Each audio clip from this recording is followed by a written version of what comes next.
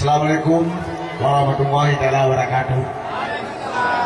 Yang terhormat Pak Camat dari Kecamatan, yang terhormat Kepala Bukit Daya Pemenang, yang terhormat tokoh-tokoh masyarakat provinsi kecil se-Kecamatan merupakan Kabupaten Pemenang, yang terhormat para caleg-caleg dari pemukiman Pemenang. Yang laluan Islam Lun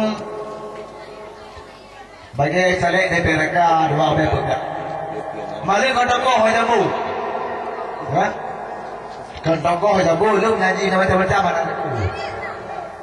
Nang uci doan, tuku berapa atau matang kecil? Kaya nak kecil dua agak periode. Alhamdulillah kaya nggak sih. Malun, apabila terpilih Lun siap untuk mengabdi pada masyarakat. Apa puju? Dan Lun siap untuk dikoreksi apabila salah. Dan Lun lahir di Sejabau, Sejabau sebampung mo, sebampung.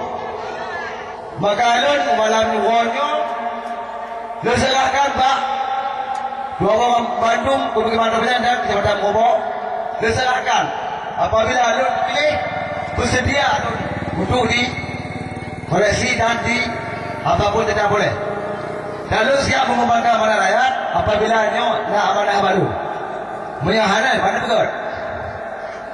Mari tempat tengok lagi ung kapedo lagi enggak ate go kapedo bang.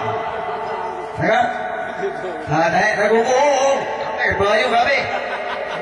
Maka di bawa berdanyo pilihlah yang terbaik bagi anda. Nanti lu tuan baik.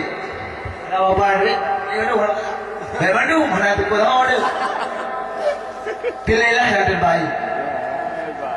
Misalnya yang terbaik bagi lu dah, tak kan? Tapi pilihlah yang terbaik. Mana yang mereka dapat lu bergerak. Wabillahi taufiq. Wassalamualaikum warahmatullahi wabarakatuh.